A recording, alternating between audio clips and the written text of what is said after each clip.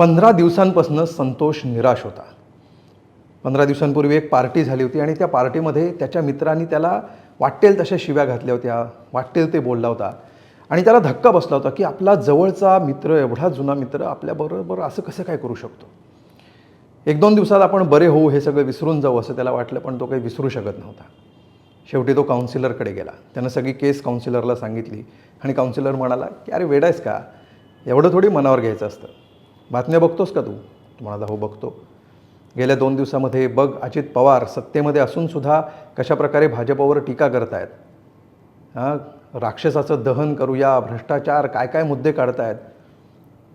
तर संतोष म्हणाला की अहो ते तर निवडणुकीपुरतं आहे, निवडणुकीनंतर परत सगळं होईल. नगरपालिका निवडणुकीत पण असेच नेते टीका करत होते. तो म्हणाला अरे असं नाही, तू ठाकरे बंधूंचं उदाहरण घे. किती वर्षांपूर्वी ते एकमेकांपासून दूर गेले, आता पुन्हा आले ना एकत्र. तर संतोष म्हणाला अहो ते तर मराठीच्या मुद्द्यावर एकत्र आलेत आणि त्याच्यामागे निवडणुका हे पण एक कारण असेल. तो म्हणाला अरे राणे बंधूंचं लेटेस्ट उदाहरण घे. ते पण 2 वेगवेगळ्या पक्षातनं कशाप्रकारे लढत होते बघितलंस ना तू. तो म्हणाला त्यांनी तर स्वतःच सांगितलं आहे की आम्ही ज्या पक्षात असतो त्या पक्षात आम्ही 100% देतो. तो त्यांचा प्रॅक्टिकल ॲप्रोच होता. शेवटी काउन्सिलर म्हणाला की अरे तू कुठल्याही नेत्याचं रँडमली उदाहरणं घे आणि मागच्या 5 वर्षांपूर्वी ते काय म्हणत होते आणि आता काय करतायत हे बघ, म्हणजे तुला कळेल की हे किती लाईटली घ्यायचं असतं. तर संतोष म्हणाला की बघा हे शेवटी सगळे नेते आहेत आणि त्यांची टीका करण्यामध्ये सुद्धा काही ना काहीतरी कारणं आहेत, त्यांच्या एकत्र येण्यामागे सुद्धा काही ना काही कारणं आहेत. त्यामुळे मला काही हे पटत नाही आहे.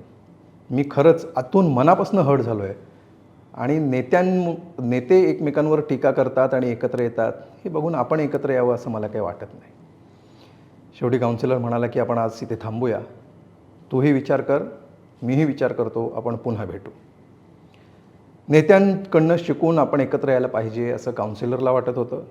तर संतोषला वाटत होतं की नेत्यांची टीका आणि त्यांचे गोडवे दोघंही आपण आदर्श घ्यावा अशी नाही आहेत. यातली कोणाची भूमिका योग्य आहे, लॉजिकल आहे असं तुम्हाला वाटतं? नक्की कळवा.